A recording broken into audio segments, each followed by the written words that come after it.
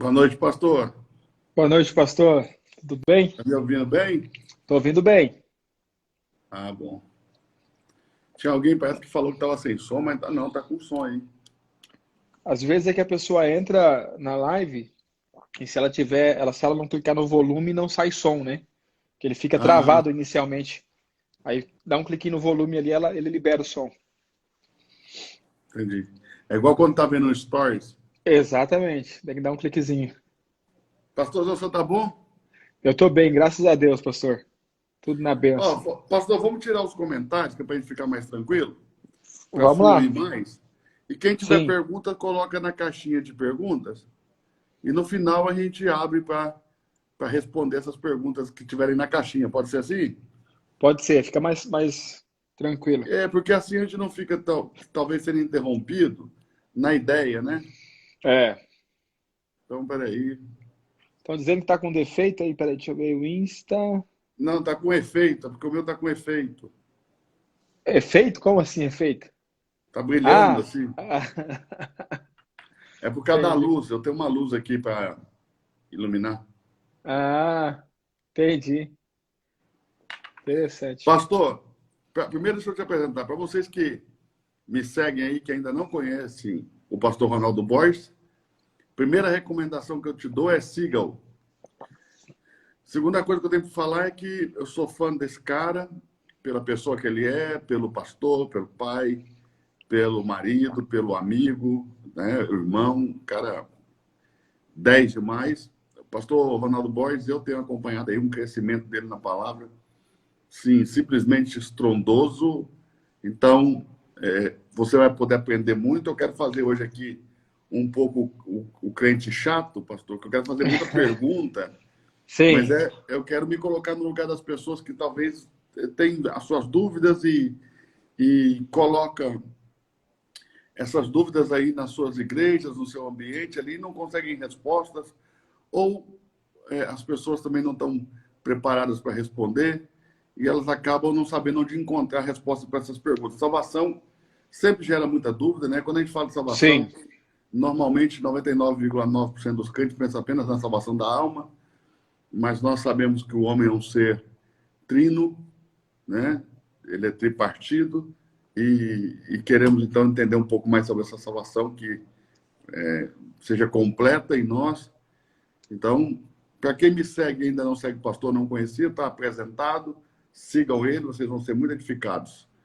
E passo a Amém. palavra para ele aí para a gente começar. Então vamos lá.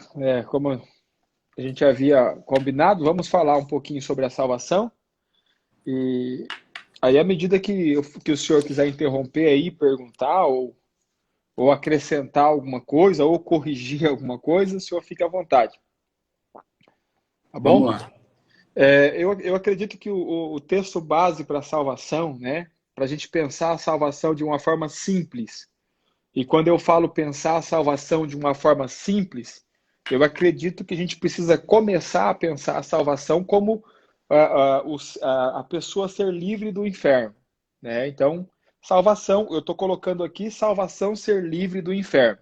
Obviamente que a salvação ela não é tão simples assim, no sentido de que existe um entendimento bem mais amplo da salvação quando de fato você vai para o homem tripartido, né? Então Deus vai salvar as três partes desse homem, né? E é mais amplo. Mas do ponto de vista mais simplista, vamos dizer assim, mais simples, a salvação ser livre do inferno, o texto que a gente deveria usar, acho que a gente sempre deveria usar esse texto, é o texto de Efésios 2.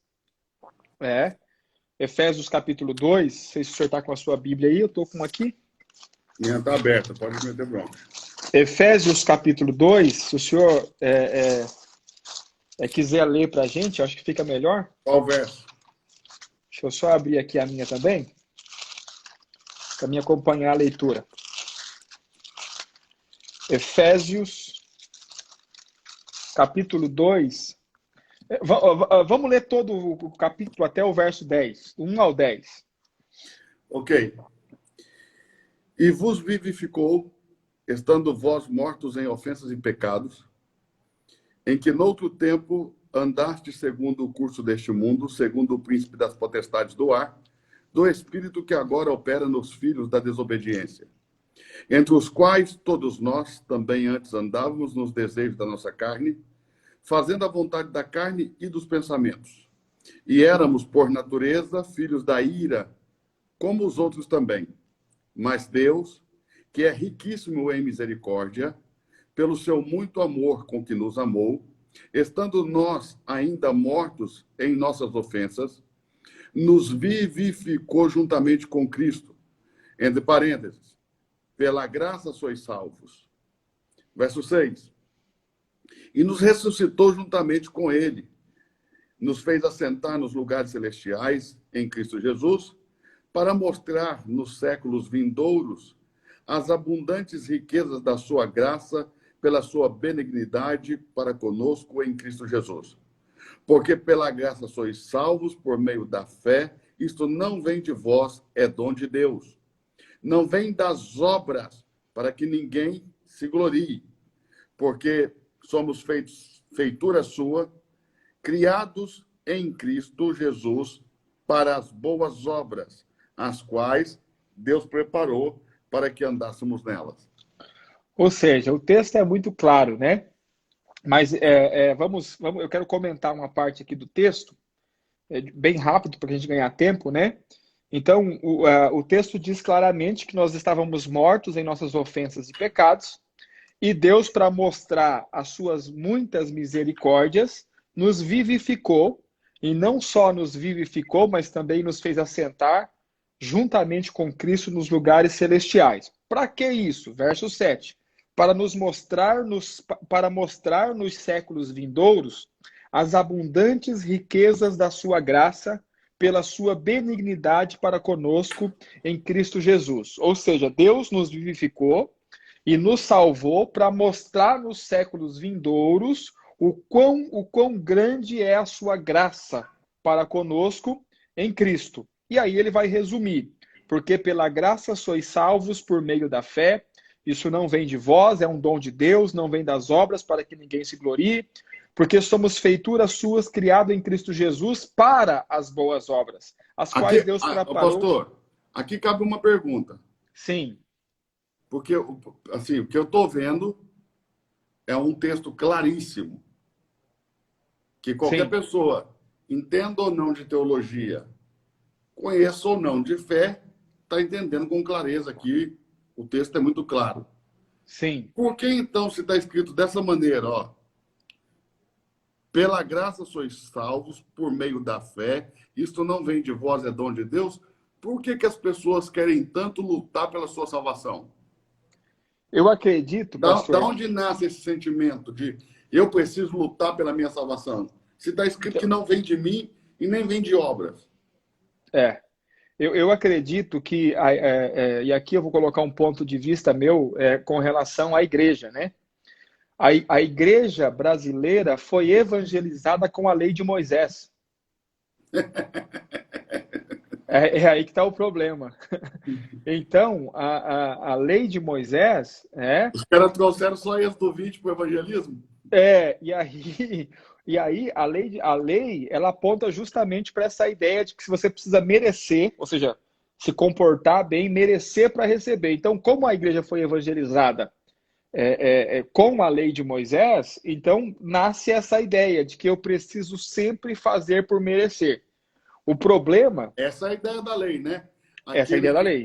Aquele que obedecer por ela viverá, não é isso? Exatamente. É o mérito. O problema é que quando você tenta evangelizar as pessoas através da lei de Moisés, que é por merecimento, né, tem que fazer para merecer, você está desqualificando o sacrifício de Cristo. Que sério, hein, pastor? Esse é o problema. O apóstolo Paulo diz aos Gálatas que aqueles que se apoiam na lei estão separados de Cristo. Porque se eu preciso fazer por merecer, logo Cristo morreu em vão. Uau! Nós teríamos, em outras palavras, que ter muito mais medo daqueles que pregam a salvação por meio de obras ou que liga de alguma maneira a salvação ao comportamento do homem, do que aqueles que falam de uma graça talvez quase libertina? Ou os dois são dor de cabeça? Os dois são dor de cabeça. Os dois são dor de cabeça. Mas eu ainda fico com a graça. A turma da Mesmo, graça. Porque mesmo, assim, pessoalmente falando, né? Porque eles eu estão não. mais perto do certo do que o que está na lei. Além deles estarem mais perto do certo, é mais cômodo também para mim ouvir que Deus me ama, né? Do que ouvir que Deus quer me arrebentar. Então, eu prefiro ouvir que Deus me ama, obviamente. Verdade. Mas eu estava falando algo ontem aqui, fazendo uma live também falando algo. O senhor, não sei se o senhor percebe o quanto as pessoas vivem cheias de preconceitos. A Sim. ponto de você falar uma coisa e o preconceito da pessoa levar ela a entender outra Mano, coisa. isso comigo acontece só 10 vezes por dia.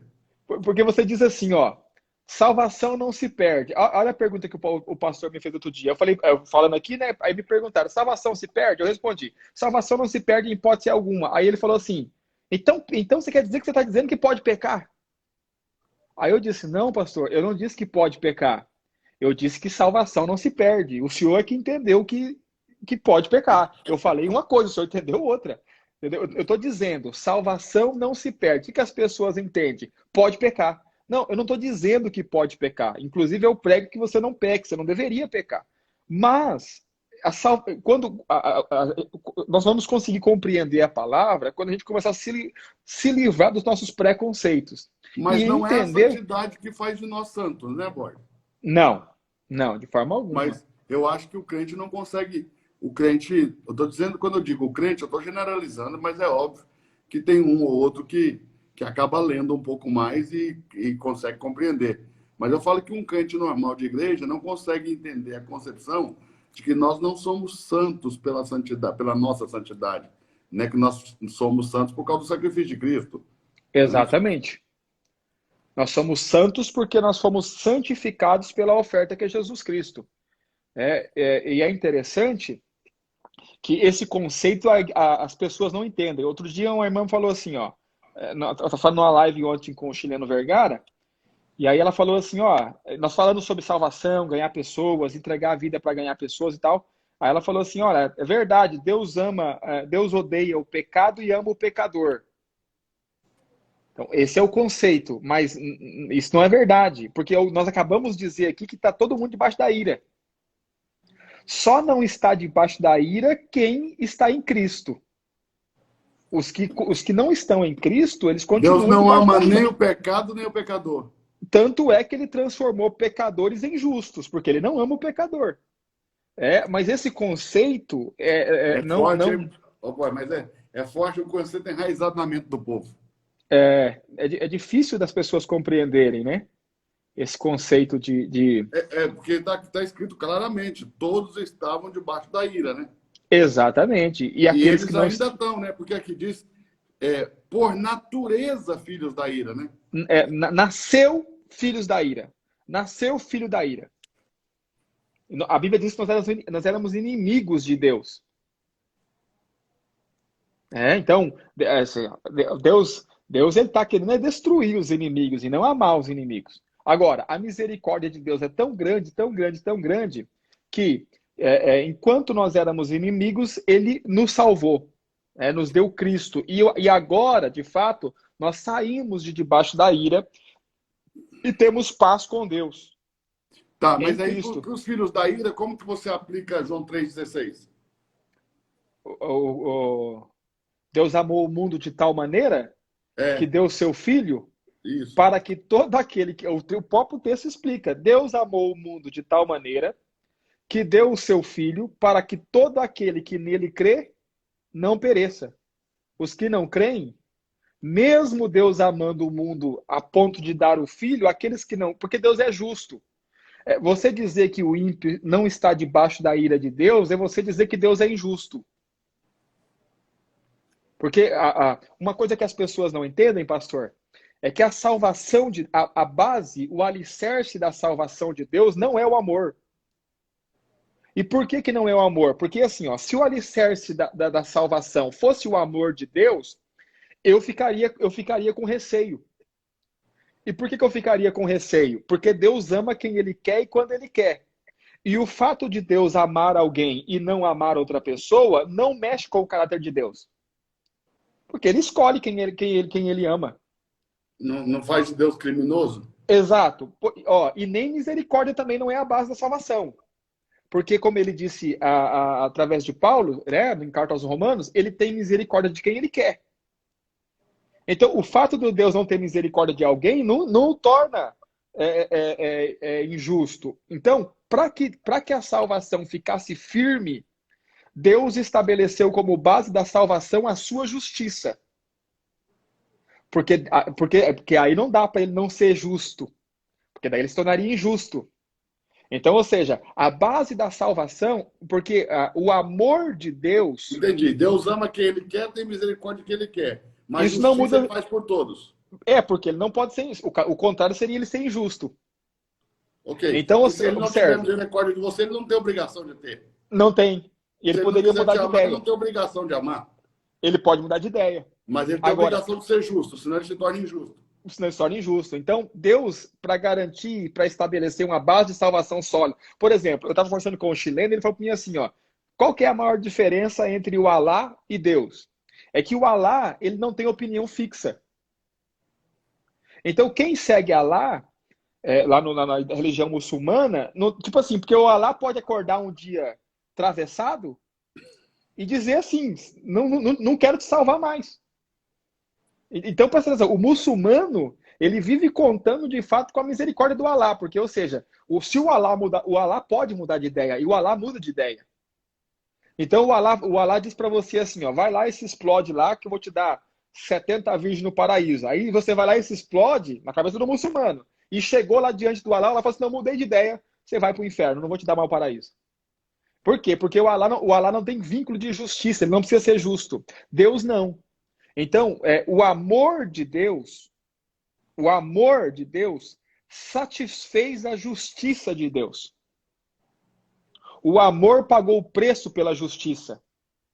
Então, para Deus não salvar, para Deus voltar atrás com relação à salvação, só se ele se tornar injusto, porque o preço já foi pago. Ok. Volta para a linha de raciocínio aí para não te quebrar muito a linha de raciocínio. Volta lá. Vamos lá, aqui do Efésios? Eu só queria entender de onde nasce, mas nasce daí, né? A igreja foi evangelizada com a lei de Moisés. A base do evangelismo da nação é a fé, a salvação por meio de obras, né? Exatamente. E Paulo fala claramente, pastor, que a lei já era. Tinha um tempo que eu defendia que a lei ainda era boa. Mas aí eu comecei a ler um pouco mais a Bíblia. E Paulo diz que a lei, sim, a lei não serve. A lei nem pode ser usada. Onde que está? São vários textos, né? Mas um que eu estava ensinando esses dias e assim me deparei e falei, poxa vida, que coisa mais estrondosa, é em Hebreus. O senhor quer ler ou vamos continuar com a salvação? Pode ler. Vamos ler então? Você lê e a gente volta para lá. Então tá. Porque eu acho que isso é importantíssimo, porque se as pessoas se firmam na salvação pela obediência a Deus, isso é uma obra, ok? Sim. Então, se depende de eu obedecer para eu ser salvo, ou se depende de eu obedecer para eu me manter salvo, existe uma obra humana. Sim, concordo. E um mérito que a recompensa desse mérito, a recompensa desse esforço, o mérito desse esforço, traria salvação. Sim, esse é o pensamento. Mas se a lei, Paulo está dizendo que não serve, aí cai o argumento. O senhor quer ler? Fica mais, quando o senhor lê, eu entendo mais. Espera aí, Hebreus 7. Vamos começar com Hebreus 7. Qual verso? Vamos ler a partir do verso 11. Do 11, tá, só um minuto. De sorte que se a perfeição fosse pelo sacerdócio levítico, entre parênteses, porque sobre ele o povo recebeu a lei, Que necessidade havia mais de que outro sacerdote se levantasse, segundo a ordem de Melquisedeque, e que não fosse chamado segundo a ordem de Arão, porque mudando-se o sacerdócio, necessariamente faz também mudança da lei. Ou seja, a lei vigente era a lei levítica. O sacerdócio é levítico e a lei é de Moisés. Concorda comigo? Ok. Trocou o sacerdócio. Trocou a lei. Deveria ter trocado. Mas não Mas trocou. o povo não trocou. Não trocou? Mas vamos lá, olha outro texto. Aí vamos continuar. Olha lá, 13. Verso 13. Porque se aquele de quem estas coisas se dizem pertence a outra tribo, da qual ninguém serviu ao altar, visto ser manifesto que o nosso Senhor procedeu de Judá, e concernente a essa tribo, nunca Moisés falou de sacerdócio. Ou seja, e muito mais manifesto é ainda, se a semelhança de Melquisedeque se levantar outro sacerdote. Continue. Aí, que não foi feito segundo a lei do mandamento carnal, Ele chama mas a lei de segundo Moisés. o poder da vida incorruptível. Ele chama a lei de Moisés de lei do mandamento carnal. Claro, foi Moisés que deu. Exato. Continua, que vai piorar um pouco. Porque ele assim testifica, tu és sacerdote eternamente segundo a ordem de Melquisedeque. Porque o procedente mandamento é abirrogado por causa da fraqueza, da sua fraqueza e inutilidade. A Bom, lei... aí ele arrebentou com tudo. Deixa eu O senhor vai marcar? Eu vou. Ele está chamando a lei de fraca e inútil. E ele vai dizer por que ela é inútil. Fraca, inútil e abirrogada. Abirrogada. Aí ele vai dizer por quê. Pois a lei nenhuma coisa aperfeiçoou. Ou seja, a lei não aperfeiçoa. É? E desta sorte é introduzida uma melhor esperança, pela qual chegamos a Deus, que é Cristo. A nova aliança, a nova lei, que é a lei do Espírito da vida.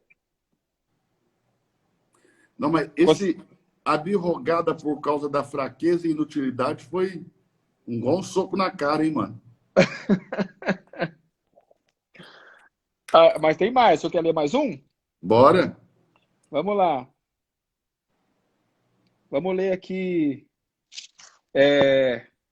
Aí ele continua o raciocínio, né? E vamos para o 8. Ele entra no 8, falando que as coisas da lei eram apenas sombra, Sim. figuras, né? Que de fato... Ele vai dar exemplo do tabernáculo, né? Que é exatamente.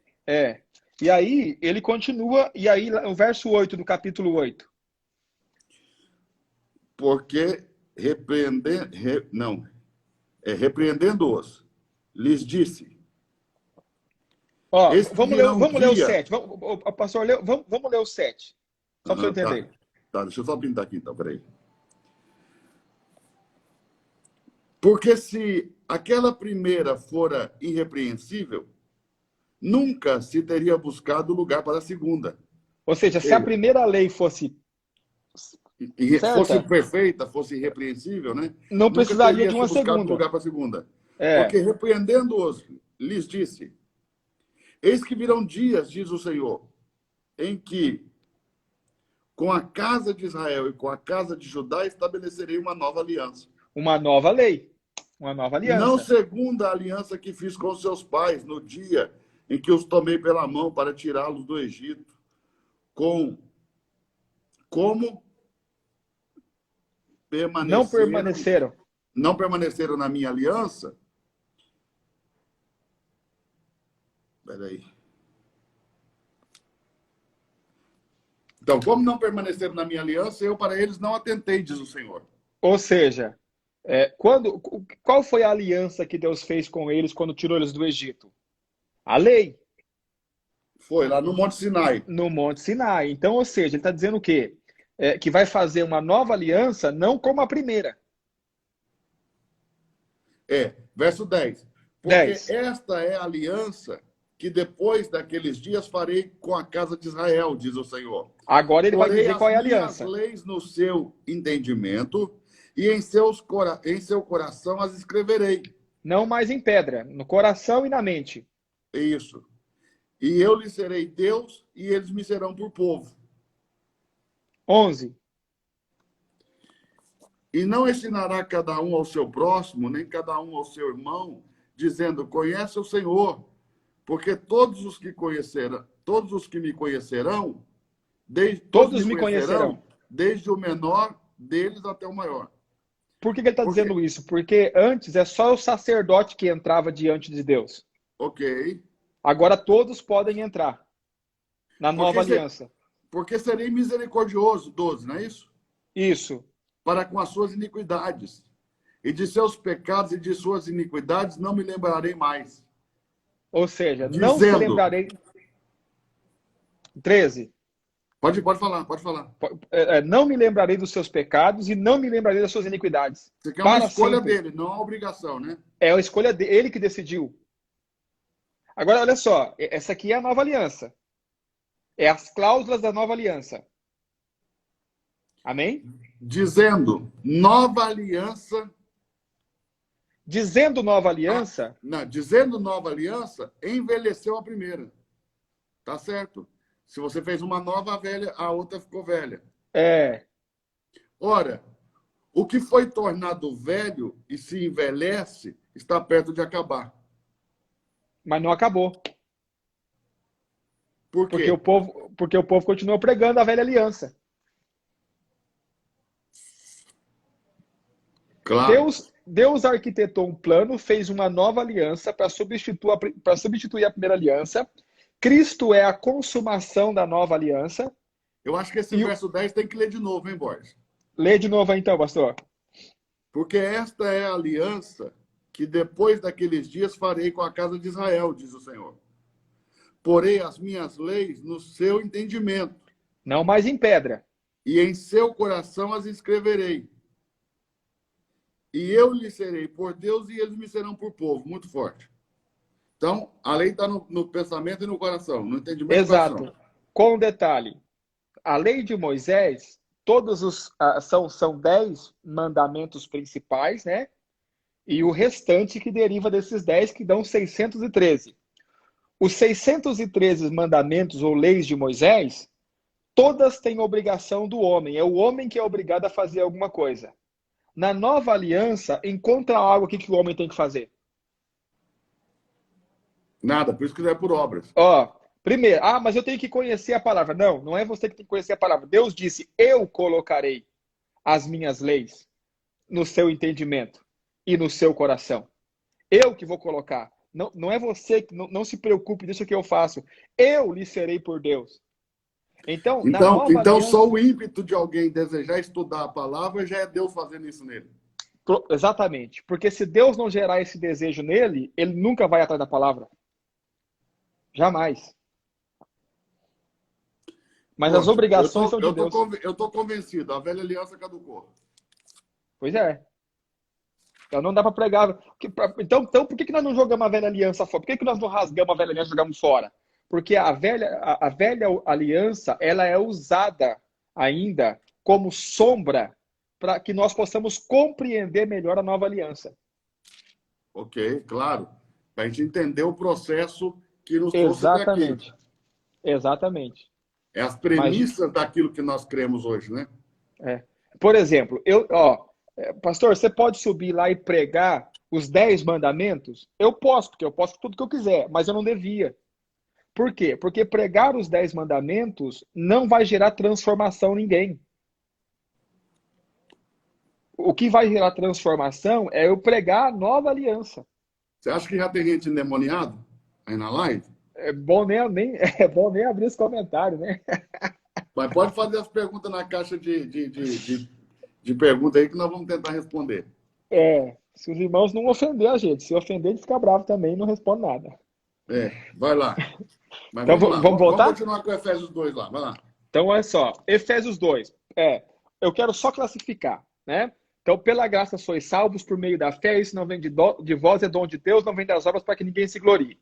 Primeiro, pela graça sois salvos. O que é graça popularmente dizendo? Favor não merecido.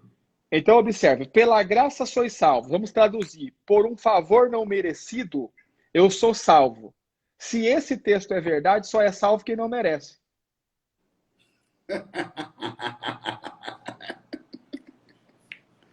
Porque não há salvação para quem merece. Salvação é só pela graça? Sim ou não? Só, né? Então, e o que é a graça? Um favor que eu não mereço. Então só é salvo quem não merece. Se houver mérito, não tem salvação. Não tem salvação. Ninguém é salvo por merecer. Por dois motivos. Primeiro que a pessoa não consegue merecer. E segundo que, se ela conseguisse merecer, não há salvação disponível para quem merece. Só há salvação disponível para quem não merece. Porque é pela graça, por um favor que eu não mereço. Por isso que em Romanos Paulo escreve o Deus que justifica o ímpio e não o Deus que justifica o santo. Exatamente, é por isso.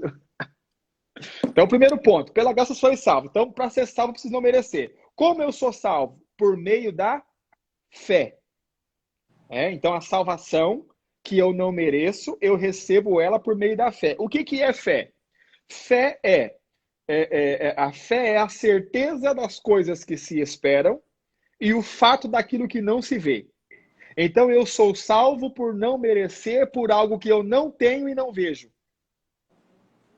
De novo, eu sou salvo por não merecer. Eu sou salvo por não tenho. merecer através de algo que eu não tenho, porque eu não estou esperando. É a certeza do que se espera, então não tenho. E o fato do que eu não vejo, também não vejo.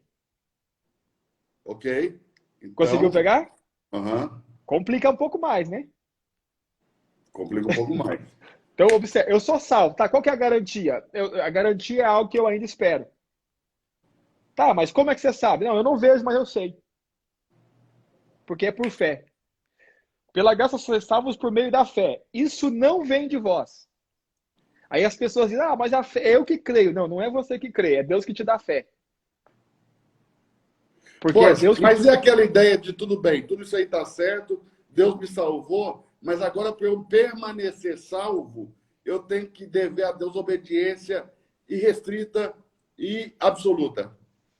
Essa ideia vem quando você mistura a lei de Moisés com o evangelho. Porque aí, qual que é a ideia? Porque assim, eu entendo as pessoas, pastor. O que elas querem dizer com isso, no fundo? Elas querem dizer assim, olha, pastor, eu não concordo com alguém que veio para a igreja, recebeu salvação e vive com uma vida errada, de comportamento errado. Essa pessoa ela tem que mudar, ela precisa mudar o comportamento dela. Mas isso aí não estaria errado? Porque ao invés dela pensar na salvação, ela está pensando na punição do outro. Exatamente. Não parece um desejo de punir o outro? Porque eu me acho melhor que ele? Esse desejo existe. As pessoas ficam felizes quando os pregadores mandam o povo para o inferno. As pessoas não ficam felizes quando os pregadores dizem que Deus salva. Eu quero punir o outro porque eu entendo que o outro não se esforça como eu esforço. Exatamente. É ali o reflexo de Marta, quando chega para Jesus, diz, não te dá conta que minha irmã me deixa servir sozinha? Servir sozinha? Repreende ela. Exatamente. É essa a ideia.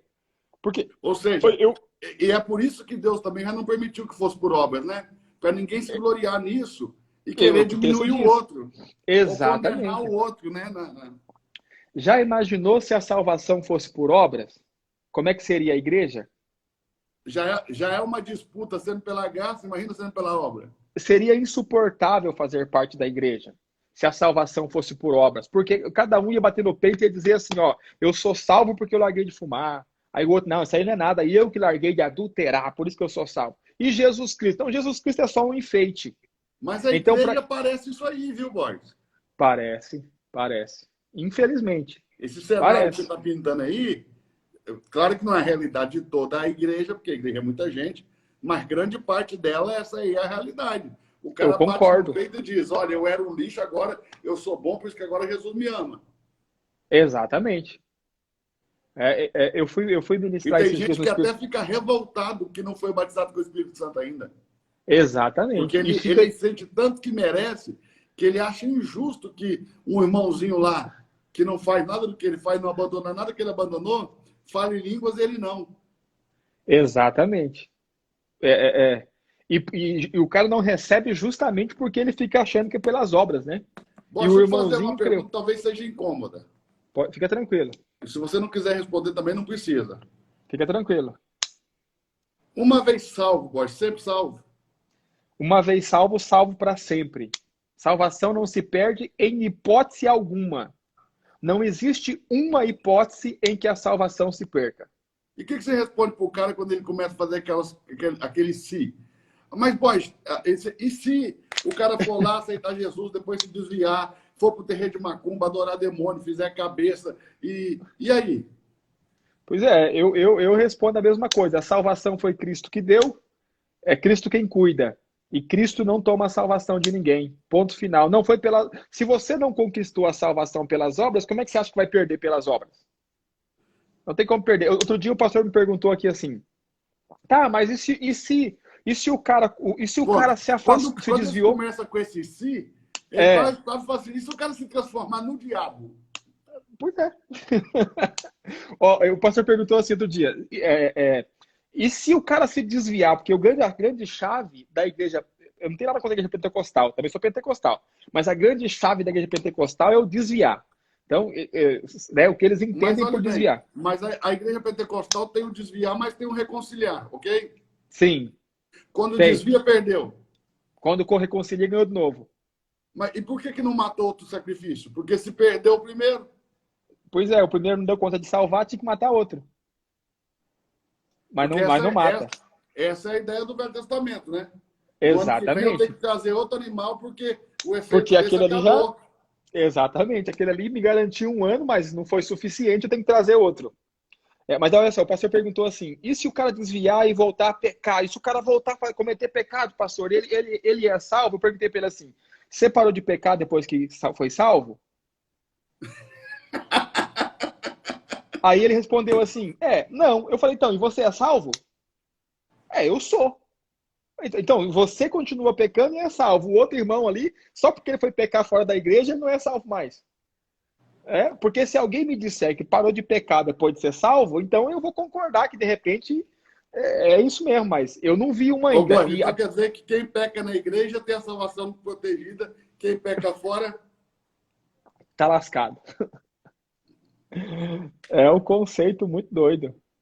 O Paulo falou que existem pecados na igreja que os ímpios não ousam nombrar. Exatamente. Nem falar.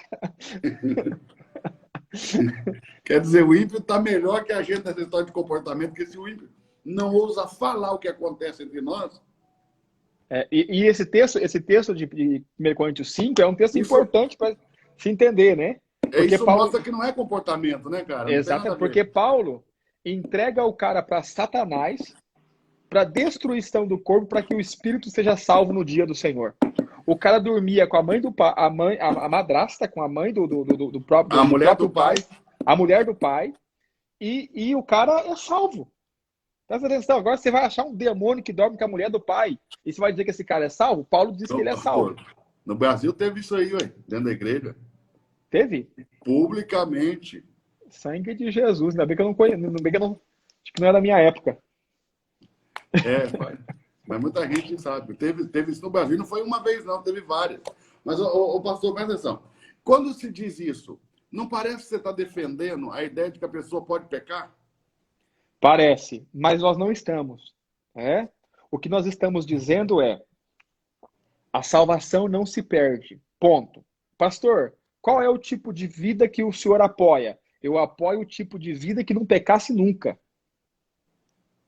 Mas, observe, eu não posso mudar a doutrina do evangelho para ameaçar as pessoas, porque as pessoas não mudam por ameaça. As pessoas mudam quando a vida de Deus entra dentro delas. E é a vida de Deus que transforma o comportamento do homem. Não é a lei de Moisés e muito menos a ameaça. Eu lembro quando o senhor me falava e o senhor me ensinava, falando de como aconteceu a evangelização no Brasil. Que quando os missionários chegaram em Belém, Os caras não sabiam nem falar o português. E eles tinham que fazer com que as pessoas fizessem o que eles precisavam que fosse feito sem nem saber falar o idioma. Qual que A foi igreja que mais cresceu no mundo nos últimos 100 anos não é referência de ensino por isso, pela forma histórica com que começou. Missionários Exatamente. estrangeiros pregando nas periferias de Belém do Pará, lembrando que os judeus tinham sido expulsos do Brasil pouco tempo antes. E esses próprios missionários foram ameaçados pelo clero católico, que se eles se envolvessem com política, eu tenho até um livro aqui que conta a história da fuga dos judeus e vai contar também um pouco dessa chegada dos missionários aí. Os judeus saíram do Recife e foram para a América do Norte e fundaram Manhattan. Você tem Mas uma ideia. em Recife tem a primeira sinagoga das Américas. Estou falando América do Sul, América Central e América do Norte. A primeira sinagoga das Américas, a primeira sinagoga além-mar, a primeira sinagoga do Novo Mundo foi no Recife. Olha só. Isso aí Ou seja, isso é dado histórico. Tá? Eu tenho um livro de uma historiadora aqui com todas as provas disso. Isso é dado histórico. Os judeus foram expulsos do Brasil, de Recife, fundaram Manhattan.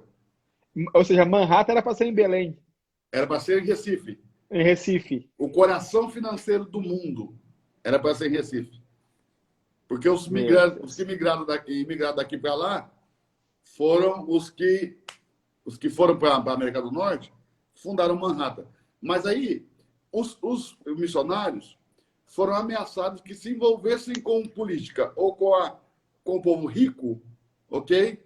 Seriam mandados embora também. Então, o que acontece? Eles foram pregar nas periferias de Belém, de 100 anos atrás.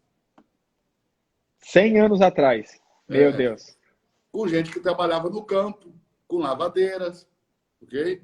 De roupa, com gente simples. Começou assim. Gente que era analfabeto ou semi-analfabeto, alguns poucos que saberiam dominar ali a escrita que foram ganhos, né? A maioria gente simples. E estrangeiros. O que podia dar esse negócio? Então, a Igreja Pentecostal no Brasil, ela desenvolveu o ensino nos últimos 50 anos. Antes disso era só. Era um ensino fraco, raso, né? Pouco fundamentado. Hoje não, hoje tem uma teologia pentecostal forte, tem muitos Sim, mestres no meio pentecostal, sim, doutores, homens letrados, sim, concordo. homens da academia, mas não era assim no passado. Eu acho que o senhor viaja mais do que eu, o senhor deve saber. Eu fico assustado com algumas regiões do Brasil, quando a gente vai ensinar, as pessoas não têm o costume nem sequer de levar a Bíblia Não, não para os leva. cultos. Tipo assim, é tudo do ouvir falar, né? Eu tava ensinando lá no Espírito Santo e eu gastei a maior parte do tempo que eu tinha que ensinar sobre salvação e reino para falar para eles não acreditar na minha conversa. Né? Eu ensinava, esse carro maravilhado, eu dizia assim, não acredita em mim, vai ler a Bíblia, vocês não trouxeram Bíblia. Aí os Eu fui pastores pregar começaram a numa me... igreja no norte do Brasil, que a igreja tinha uma Bíblia que ficava no púlpito, o pastor tinha outra, mas ninguém tinha. Imagina, imagina. E aí o pastor começou a me questionar e ele dizia assim, mas a história diz isso, isso e isso. Eu disse, irmão, você está baseando a sua vida pela história. Mas a história diz, eu falei, irmão, onde está a sua Bíblia? Aí ele tirou um celularzinho e falou assim, eu uso a Bíblia aqui do celular. Eu falei, o senhor é o pastor. Imagina o resto do povo. Aí, tipo assim, aí abri a pergunta, e tá, pastor tal, esqueceu que lá, ceia. Não, a ceia é isso, isso, isso. Então vamos mudar. Eu falei, não, irmão, não acredita em mim. Não acredita em mim, vai ler os textos para ver se é assim mesmo. Eu posso estar te enrolando aqui. Então, eu gastei a maior parte do tempo para convencer as pessoas de que A ler elas a podem Bíblia. estar, elas podem estar sendo enroladas porque creem em tudo que se fala. É, Meu e, e, Deus. e, e assim, ó, o sul do país onde nós moramos é um lugar privilegiado. O norte do país precisa de fato ser assim, investir bastante nessa parte do país para trazer o ensino da palavra, né? Pergunta. Você já colocou a pergunta aí? Porque senão vai acabar o tempo. Mas É, se você não tiver, se você não tiver compromisso agora, na hora que acabar, eu é, posso recomeçá-la. vamos recomeçar. Vamos começar para responder um pouco de pergunta. Não, mas ainda temos um bom tempo. Pode É, ir. então vamos lá. Quando Jesus voltar, Pode- se tiver alguém pecando, vai subir? Não. Depende do pecado, não. Obviamente, vai ficar. No rapto, né? Não, Porque aí, ele está falando na volta de Jesus. Eu acho na que ele volta nem de sabe que é Jesus, 2 etapas. na volta de Jesus todo mundo sobe até as nuvens. Até as nuvens. Cite o texto bíblico onde diz que a salvação não se perde. Poderia citar alguns, né? O próprio texto que nós acabamos de ler, aqui de Efésios, Romanos capítulo 6, verso 23, Evangelho de João capítulo 12, a partir do verso 20 inteiro. Eu poderia citar João 15, 16, não fosse vós que me escolheste, eu que escolhi a vós. Eu poderia citar Filipenses, eu poderia citar Tito, eu poderia citar muito texto, que claramente a salvação não se perde. Eu penso que uma coisa que resolve isso aí fácil é assim, aquele que crê em mim tem a vida eterna. A vida eterna dura até que dia? É eterna? Pronto. Já respondeu. Exatamente. Agora, Mas vamos inverter a pergunta, pastor? ah, Um texto bíblico que diz que a salvação perde. nenhum. Não tem. Não tem. Quando o cara usa texto, por exemplo, guarda o que tem, Para que ninguém aquele tome a que, sua coroa. aquele que perseverar até o fim. Aquele que precisa, esse será salvo. São textos tirados do contexto para aplicar um pretexto. Porque são textos que falam do reino e estão sendo aplicados na salvação. Mas o texto, aquele que perseverar até o fim, esse será salvo, nem é um texto que fala do reino. Esse texto é específico para os judeus. Quando manifestar o anticristo, aquele que perseverar até o fim, e o perseverar é o perseverar em correr, fugir. Ok. Esse não vai morrer. Isso só quando manifestar o anticristo. Exatamente. Na Porque quebra da aliança, exatamente.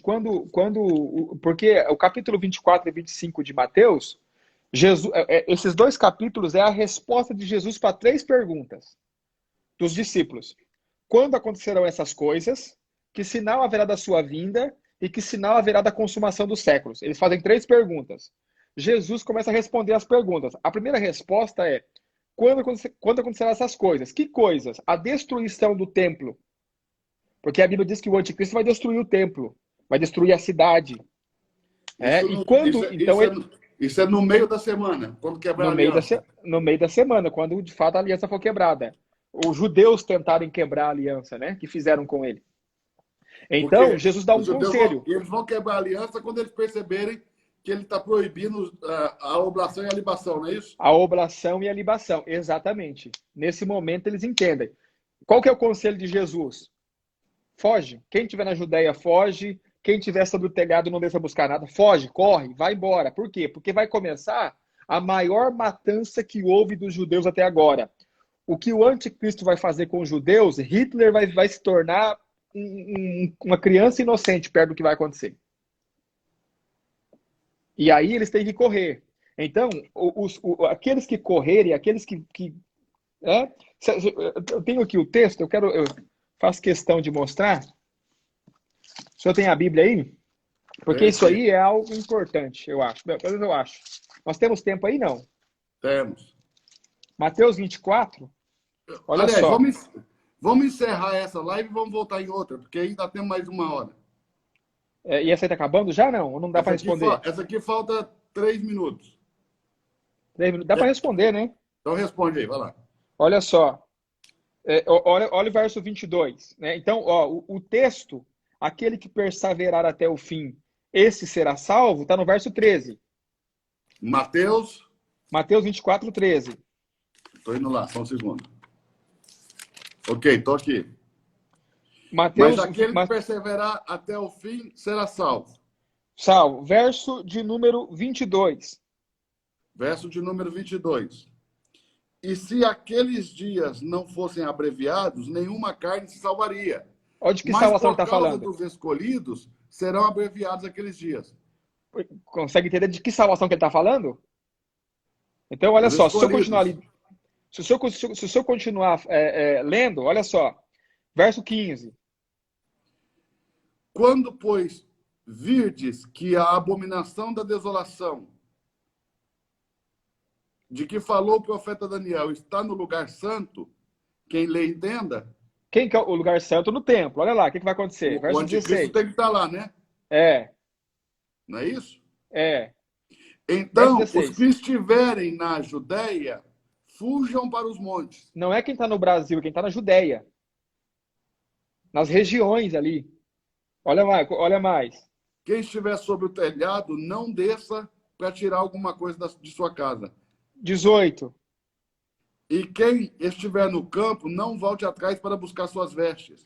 19. Mas ai das grávidas e das que amamentam naqueles dias. Por quê? Como é que vai conseguir correr grávida ou com criança de colo? Porque a ideia é corra. Olha só. 20. E orai para que a vossa fuga, é uma fuga, É. não aconteça no inverno nem no sábado, porque eles não podem correr no sábado e no inverno é muito frio. Vai correr para fugir para os montes. Aí, olha só, verso os 21. montes da Judéia no inverno estão tudo cheio de neve. Tudo cheio de neve, exatamente. Ó, 21. Porque haverá então grande aflição, como nunca houve desde o princípio do mundo até agora, nem tampouco há de haver. 22. E se aqueles dias não fossem abreviados, nenhuma carne se salvaria. Mas por causa dos escolhidos, dos judeus, né? Serão Exatamente. abreviados aqueles dias. Está claro. Então, o que perseverar até o fim, esse será salvo, é o que perseverar em fugir, porque esse texto aqui é para os judeus. Não está falando da salvação da igreja. O texto, até o verso 31, o texto ainda é para os judeus. Por quê? Porque ó, no capítulo 24, no verso de número 3, olha lá, capítulo 24, verso 3. 24, 3. É. E estando assentado no Monte das Oliveiras, chegaram-se a ele os seus discípulos em particular, dizendo-lhe: quando serão estas coisas? E que sinal haverá da tua vinda e do fim do mundo? Ou seja, quando serão essas Quando coisas serão o quê? essas coisas, que sinais há da sua vinda e quando é o fim do mundo? Por quê? Porque no verso 1, no verso 2, eles mostram o templo para Jesus e Jesus diz assim, ó, não ficará pedra sobre pedra. Então, quando serão... Ele está falando da manifestação do iníquo. Exatamente. Aí, ó, eles falam assim, olha que pedra, olha que coisa bonita o templo. Aí ele diz assim, ó, não ficará aí pedra sobre pedra. Aí eles perguntam, tá, mas quando vai acontecer essas coisas? Aí ele começa a dizer quando é que vai acontecer as coisas. O texto sequente é uma resposta de Jesus a essa pergunta. Ok. Específico, entendi, compreendi. Específico. Ô pastor, aqui, ó. Quando um membro peca, deve conversar com o pastor ou não precisa? Então, o bom é confessar os pecados, né? Agora, você não vai lá falar para o seu pastor toda hora, tem que ter bom senso, né? Ah, eu briguei no trânsito, não, agora, se você faz parte da liderança da igreja, todos os pecados que você comete que podem causar problema para essa comunidade local devem ser confessados ao seu pastor, sim.